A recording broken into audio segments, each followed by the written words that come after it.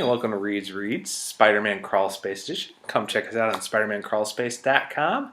I've been gone for a couple weeks. I've been having some health issues and everything, but I'm fully recovered now and everything, and I'm ready to do my review. So let's get right into Superior Spider-Man number 19, shall we? Well, let's get into the pros, okay? First of all, this was a very nice conclusion. I actually enjoyed what Otto actually kind of slipping away, how he didn't have control of the situation, as well as the imperiling doom that's coming on from Miguel O'Hara and everything, as he's realized his timeline's completely disappearing, not just his family line, because of what's going on. And it's a very enjoyable issue and everything else, especially a lot of the moments and characters and everything and what eventually concludes. But I think the best parts, of course, is when Otto, trying to find memories that he's deleted, actually end up unleashing Peter. Now, a lot of people will say, well, that's really the memories. Peter is dead.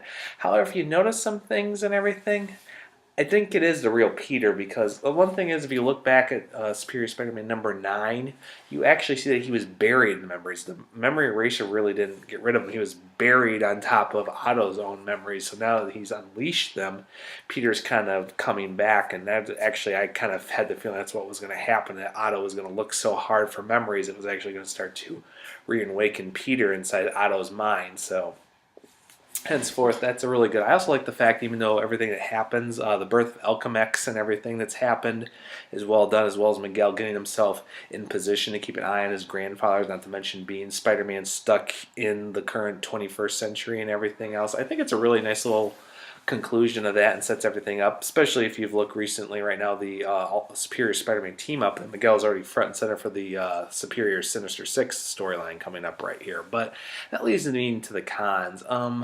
Moments wise here is, I kind of think the whole ending with Horizon Labs was kind of a big thud, actually, as a couple people joked. It seems to be the only minority members got to stay in the cast and the rest left, but it kind of just leads me, the biggest problem is Mary Jane, about how she basically tells, Otto to give a hike and everything, because it's still out of character. She's still, painting her new nightclub that strange moldy green from a couple issues ago that her phone was.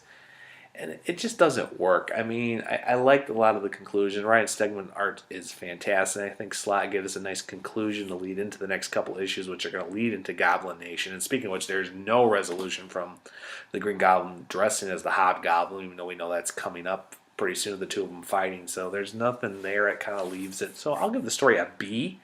It's not bad, but considering how this all started off, where I gave it very high marks of an A, and the second issue B+ and everything, to see it kind of, have a satisfying conclusion isn't bad. But I was expecting just a little bit more, but I'm kind of really happy to see Miguel back and everything. And, if we do get a new Spider-Man 2099 title, I know I'll pick it up. So, like I said, solid B. It's not too bad, and I'm looking forward to what's going to happen, especially with Peter, basically reawakening in his mind, and what that's going to do here the next 2 issues before we start getting towards the Superior Venom storyline with Flash.